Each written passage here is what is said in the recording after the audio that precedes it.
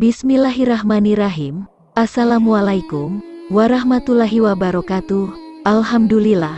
Wassalatu wassalamu ala rasulillah wa ala alihi wa ashabihi ajmain. Di video kali ini kita akan menyimak tentang kisah cinta seorang Yahudi kepada Rasulullah Shallallahu Alaihi Wasallam. Hari Sabat atau hari Sabtu saat ini adalah hari besar di mana para pengikut ajaran Nabi Musa alaihi salam pada masa Nabi Shallallahu Alaihi Wasallam dikenal sebagai kaum Yahudi. Mereka dilarang melakukan aktivitas apapun kecuali untuk beribadah, berzikir atau mempelajari kitab Taurat. Suatu ketika, seorang lelaki Yahudi yang tinggal di Sam mengisi hari Sabatnya untuk mempelajari kitab Taurat. Ia menemukan dalam Taurat tersebut ayat-ayat yang menyebutkan tentang sifat dan keadaan Nabi Muhammad Shallallahu Alaihi Wasallam, Nabi yang diramalkan akan turun sebagai penutup para nabi-nabi, sebanyak 4 halaman. Ia segera memotong 4 halaman Taurat tersebut dan membakarnya. Saat itu memang Nabi Muhammad Shallallahu Alaihi Wasallam telah diutus dan telah tinggal di Madinah. Sementara itu, beberapa orang pemuka dan pendeta Yahudi melakukan indoktrinasi kepada jamaahnya bahwa Nabi Muhammad Shallallahu Alaihi Wasallam adalah seorang pendusta. Jika ditemukan sifat dan cerita tentang dirinya dalam Taurat, mereka harus memotong dan membakarnya, karena itu merupakan ayat-ayat tambahan dalam Taurat yang tidak benar. Lelaki Yahudi dari Syam tersebut adalah satu anggota jamaah sekte ini. Pada hari Sabtu berikutnya, ia juga mengisi harinya dengan melakukan kajian terhadap Taurat, dan ia menemukan 8 halaman yang menyebutkan tentang keadaan dan sifat-sifat Nabi Muhammad Shallallahu Alaihi Wasallam. Seperti kejadian sebelumnya, ia memotong 8 halaman tersebut dan membakarnya. Pada hari Sabtu berikutnya lagi, ia masih melakukan kajian terhadap Taurat, dan kali ini ia menemukan hal yang sama, bahkan ditambah dengan cerita tentang beberapa orang sahabat di sekitar Rasulullah Shallallahu Alaihi Wasallam, dan ia menemukannya dalam 12 halaman. Kali ini ia tidak langsung memotongnya, tetapi ia berpikir dan berkata dalam hatinya, jika aku selalu memotong bagian seperti ini, bisa-bisa Taurat ini seluruhnya akan menyebutkan tentang sifat-sifat dan keadaan Muhammad. Tentunya kita tidak tahu pasti, apakah memang kandungan Taurat seperti itu? Atau memang Allah Subhanahu wa Ta'ala telah menggiring lelaki Yahudi kepada hidayahnya, sehingga setiap kali dipotong, akan muncul secara ajaib mukjizat pada halaman lainnya, lebih banyak dan lebih lengkap tentang keadaan Nabi Muhammad Shallallahu Alaihi Wasallam.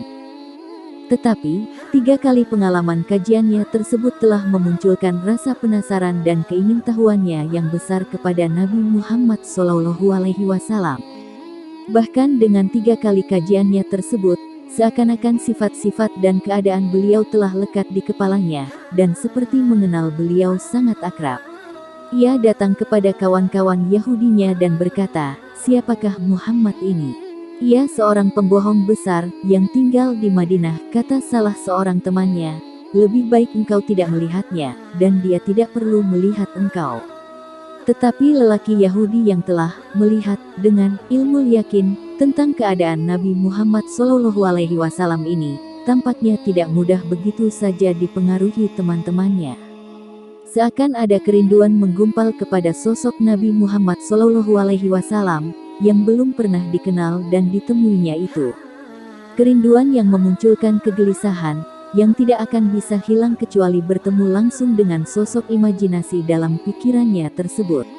Ia berkata dengan tegas, "Demi kebenaran Taurat Musa alaihi salam, janganlah kalian menghalangi aku untuk mengunjungi Muhammad."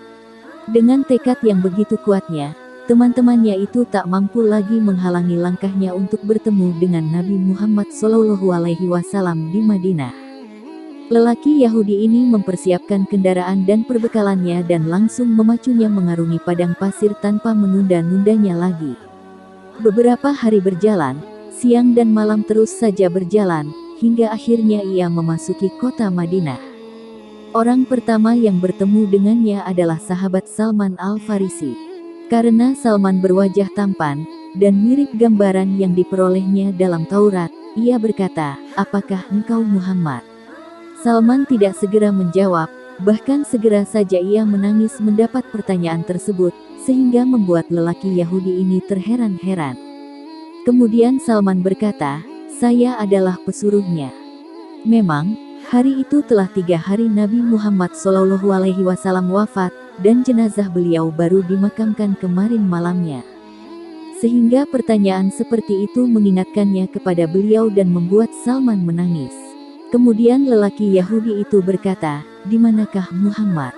Salman berpikir cepat, kalau ia berkata jujur bahwa Nabi Muhammad SAW telah wafat, mungkin lelaki ini akan pulang. Tetapi kalau ia berkata masih hidup, maka ia berbohong. Salman pun berkata, "Marilah aku antar engkau kepada sahabat-sahabat beliau." Salman membawa lelaki Yahudi tersebut ke masjid. Di sana para sahabat tengah berkumpul dalam keadaan sedih. Ketika tiba di pintu masjid, lelaki Yahudi ini berseru agak keras, "Assalamualaikum, ya Muhammad." Ia mengira Nabi Muhammad SAW ada di antara kumpulan para sahabat tersebut, tetapi sekali lagi ia melihat reaksi yang mengherankan. Beberapa orang pecah tangisnya, beberapa lainnya makin sesenggukan dan kesedihan makin meliputi wajah-wajah mereka. Salah seorang sahabat berkata, "Wahai orang asing, siapakah engkau ini? Sungguh engkau telah memperbaharui luka hati kami. Apakah kamu belum tahu bahwa beliau telah wafat 3 hari yang lalu?" Seketika lelaki Yahudi tersebut berteriak penuh kesedihan, "Betapa sedih hariku, betapa sia-sia perjalananku. Aduhai, andai saja ibuku tidak pernah melahirkan aku, andai saja aku tidak pernah membaca Taurat dan mengkajinya, andai saja dalam membaca dan mengkaji Taurat aku tidak pernah menemukan ayat-ayat yang menyebutkan sifat-sifat dan keadaannya. Andai saja aku bertemu dengannya setelah aku menemukan ayat-ayat Taurat tersebut, tentu tidak akan sesedih ini keadaanku." Lelaki Yahudi tersebut menangis terseduh, tenggelam dalam kesedihannya sendiri. Seakan teringat sesuatu, tiba-tiba ia berkata, "Apakah Ali berada di sini, sehingga ia bisa menyebutkan sifat-sifatnya kepadaku?" "Ada," kata Ali bin Abi Thalib karamallahu wajhah, sambil mendekat kepada lelaki Yahudi tersebut. "Aku menemukan namamu dalam kitab Taurat bersama Muhammad. Tolong engkau ceritakan padaku ciri-ciri beliau." Sayyidina Ali bin Abi Thalib karamallahu wajhah berkata, "Rasulullah SAW itu tidak tinggi dan tidak pendek. Kepalanya bulat, dahinya lebar, kedua matanya tajam, kedua alisnya tebal. Bila beliau tertawa, keluar cahaya dari sela-sela giginya. Dadanya berbulu, telapak tangannya berisi, telapak kakinya cekung, lebar langkahnya, dan di antara dua belikat beliau ada tanda khatamun nubuwah." "Engkau benar, wahai Ali," kata lelaki Yahudi tersebut, "seperti itulah ciri-ciri Nabi Muhammad SAW yang disebutkan dalam kitab Taurat. Apakah masih ada sisa baju beliau sehingga aku bisa menciumnya?" "Masih," kata beliau. Kemudian ia meminta tolong kepada Salman untuk mengambil jubah Rasulullah SAW yang disimpan Sayyidah Fatimah Az-Zahrah, istrinya dan putri kesayangan Nabi SAW. Salman segera bangkit menuju tempat kediaman Sayyidah Fatimah. Di depan pintu rumahnya, ia mendengar tangisan Sayyid Hasan dan Sayyid Husain, cucu kecintaan Rasulullah SAW. Sambil mengetuk pintu, Salman berkata, "Wahai tempat kebanggaan para nabi, wahai tempat hiasan para wali. Siapakah yang mengetuk pintu orang yatim?" Sayyidah Fatimah menyahut dari dalam. "Saya, Salman," kata Salman. Kemudian ia menyebutkan maksud kedatangannya sesuai yang dipesankan oleh Sayyidina Ali karamallahu wajhah. "Siapakah yang akan memakai jubah ayahku?" kata Sayyidah Fatimah sambil menangis. Salman menceritakan peristiwa berkaitan dengan lelaki Yahudi tersebut. Lalu Sayyidah Fatimah mengeluarkan jubah Rasulullah SAW yang terdapat 7 tambalan dengan tali serat kurma, dan menyerahkannya kepada Salman, yang langsung membawanya ke masjid. Setelah menerima jubah tersebut dari Salman, Sayyidina Ali karamallahu wajhah menciumnya diiringi haru dan tangis, hingga sembab matanya. Bagaimana tidak sembab, orang yang rela menggantikan posisi Rasulullah Shallallahu Alaihi Wasallam di tempat tidur beliau. Di saat orang-orang kafir ingin menganiaya Rasulullah Shallallahu Alaihi Wasallam, beliau rela menaruhkan nyawa demi Rasulullah Shallallahu Alaihi Wasallam. Jubah Rasulullah Shallallahu Alaihi Wasallam tersebut beredar dari satu sahabat ke sahabat lainnya yang hadir. Mereka menciumnya dan banyak yang menangis karena haru dan rindu kepada Nabi Shallallahu Alaihi Wasallam. Dan terakhir jatuh ke tangan lelaki Yahudi tersebut. Lelaki Yahudi ini mencium dan mendekap erat jubah Nabi Muhammad Shallallahu Alaihi Wasallam dan berkata, betapa harumnya jubah ini.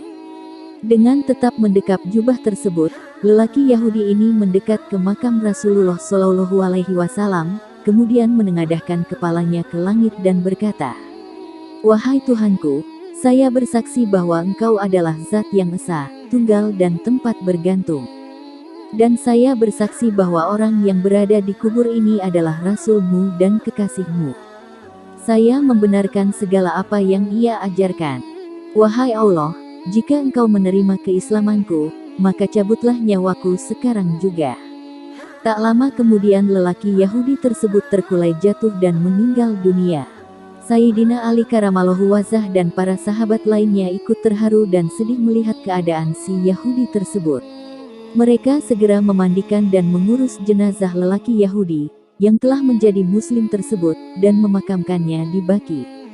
Lelaki Yahudi ini bukanlah termasuk sahabat Nabi Muhammad SAW, bahkan dalam keislamannya tersebut belum satupun salat atau kefarduan lain yang dilakukannya, tetapi kecintaan dan kerinduannya kepada Nabi Muhammad SAW membuatnya pantas kalau ia dimakamkan di Baqi disandingkan dengan para sahabat beliau lainnya.